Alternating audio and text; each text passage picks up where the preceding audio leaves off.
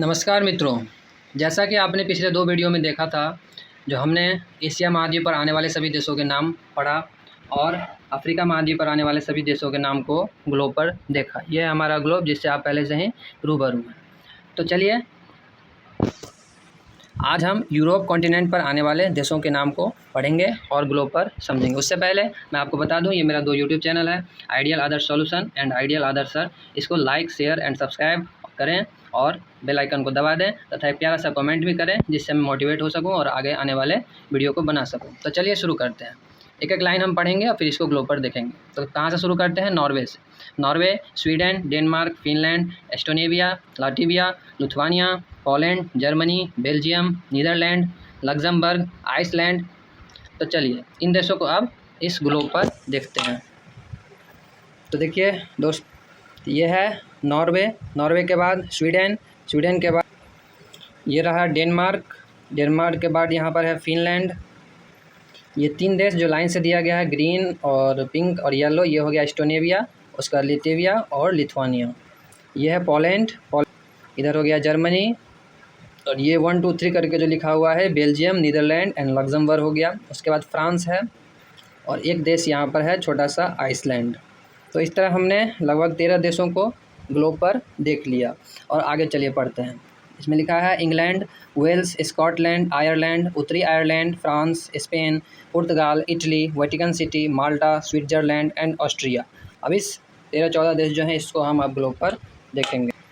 तो ये जो पिंक वाला दिखाई पड़ रहा है इसमें इंग्लैंड, वेल्स और स्कॉटलैंड तीनों है, और ये जो ग्रीन वाला दिखाई दे रहा है इसमें आयरलैंड एंड उत्तरी आयरलैंड दोनों है।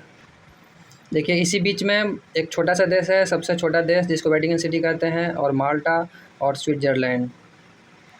और ये जो दिख रहा है यहाँ पर ये है स्विट्ज़रलैंड।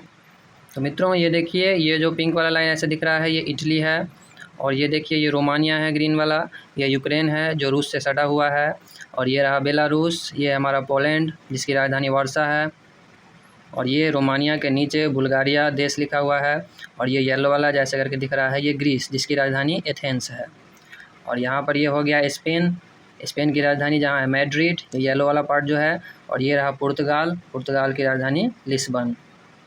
स्लेटी कलर से जो बीच में दिखाई दे रहा है ये हंगरी है। वैसे दोस्तों इसमें बहुत सारे कंट्री हैं, एक ये रहा मोल्डोवा, मोल्डोवा कंट्री, लेकिन बहुत सारे देश इसमें दिखाई भी नहीं पड़ पा रहे हैं। तो चलिए ये थे यूरोप के कंट्री जो आपने देखे, और इससे नीचे यहाँ पर अफ्रीका महाद्वीप शुरू हो जाता है, ये है अफ्रीका महाद्वीप, और इससे पहले हमने जो इधर पढ़ा था ये एशिया महाद्वीप। रसिया जो है यूरोप महाद्वीप में कंसिडर किया जाता है। तो देखा मित्रों आपने कैसे हमने यूरोप कॉन्टिनेंट में आने वाले कंट्रीज़ को पढ़ा, जो यहाँ से लेकर ऐसे करके ये यूरोप कॉन्टिनेंट कहलाता है। और ये था हमारा एशिया कॉन्टिनेंट, एशिया कॉन्टिनेंट के भी लगभग सभी देशों को हमने ग्लोब पर देखा। और ये है अफ्रीका कॉन्टिनेंट जिसे अंधा महाद्वीप भी कहते हैं। तो ये था अफ्रीका कॉन्टिनेंट। कल हम साउथ अमेरिका और नॉर्थ अमेरिका के आने वाले देशों के नाम पढ़ेंगे। ये इस महाद्वीप पर जो देश आते हैं इन सबको देखेंगे। आज ओवरव्यू में आपको दिखा देता हूँ, कल पूरा विस्तार में दिखाया जाएगा। और उसके बाद सबसे अंत में ये ऑस्ट्रेलिया कॉन्टिनेंट है जिसको ओशिनिया भी कहते हैं। ऑस्ट्रेलिया इसमें एक देश है, इसके अलावा भी और देश इसमें आते हैं। और सबसे अंत में ये अंटार्कटिका, ये जो वाइट वाला आप देख पा रहे हैं ये अंटार्कटिका है, इसमें इसको श्वेत महाद्वीप कहते हैं, इसमें जल जीवन संभव नहीं है। ठीक है मित्रों, तो आपको मेरे द्वारा किया गया मेहनत कैसा लगा, वीडियो को लाइक, शेयर एंड सब्सक्राइब करके बता सकते हैं। और ग्लोब पर आपको देश को देखना और देश विदेश घूमना आपको कैसा लगा, आप कमेंट बॉक्स में अपने राय विचार दीजिए। और ये सबसे सुंदर प्यारा हमारा देश हिंदुस्तान है जिसमें हम लोग रहते हैं।